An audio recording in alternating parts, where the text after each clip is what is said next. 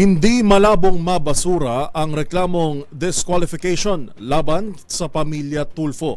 Ayon sa isang legal expert, wala pa ring malinaw na definisyon ang Pilipinas ng salitang political dynasty. Ang buong paliwanag, tinutukan ni Kyle Bulyas. Malaki ang posibilidad na hindi pa rin i-disqualify ng COMELEC ang sino mang kandidato sa nalalapit na midterm elections na galing sa iisang pamilya. Ayon kay Attorney Alberto Agra, isang election law professor, ito ay dahil walang tiyak na definisyon ang salitang political dynasty sa batas. Ito ay sa kabila ng nakasaad sa konstitusyon na nagbabawal sa mga political dynasty. Depende sa ating kongreso, ano bang ibig sabihin nito? Ano ba ang parusa nito? Ano ba ang level nito? Appointed ba, elected? Wala tayong batas tungkol dun eh.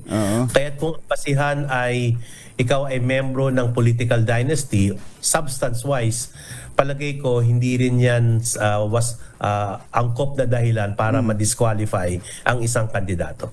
Sa kasalukuyan, tanging sa sangguniang kabataan pa lamang ang may pagbabawal sa political dynasty.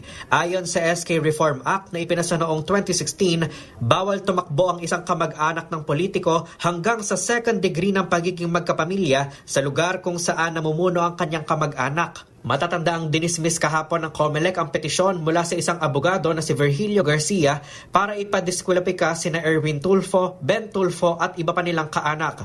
Ayon sa COMELEC, hindi na isama sa mga dokumentong ipinasa sa kanilang tanggapan ang mga Certificate of Candidacy ng mga inirereklamong kandidato. Pero ayon kay COMELEC Chairman Attorney George Garcia, hindi naman permanente ang desisyon at maaari pa ring maghain ng motion for reconsideration ang petitioner. Ito rin ang sinabi ni Attorney Agra kung saan maaari umanong gawing basehan ang naging desisyon ng Korte Suprema noong minsang idiskwalipika ng COMELEC ang paghahain ng COC ng isang miyembro ng IP community sa Zambales matapos itong malate ng 3 minuto. Paliwanag ni Agra, masyadong nagiging teknikal ang COMELEC gayong may kopya naman sila ng mga COC at nakapublish naman ito sa kanilang website. Dagdag pa nito, kung maghihigpit ang COMELEC sa ganitong uri ng petisyon, kailangang maging mahigpit ng COMELEC sa lahat. Para sa MBC TV Network News, ito si Kyle Bulyas ng DZRH, una sa Pilipinas, una sa Pilipino.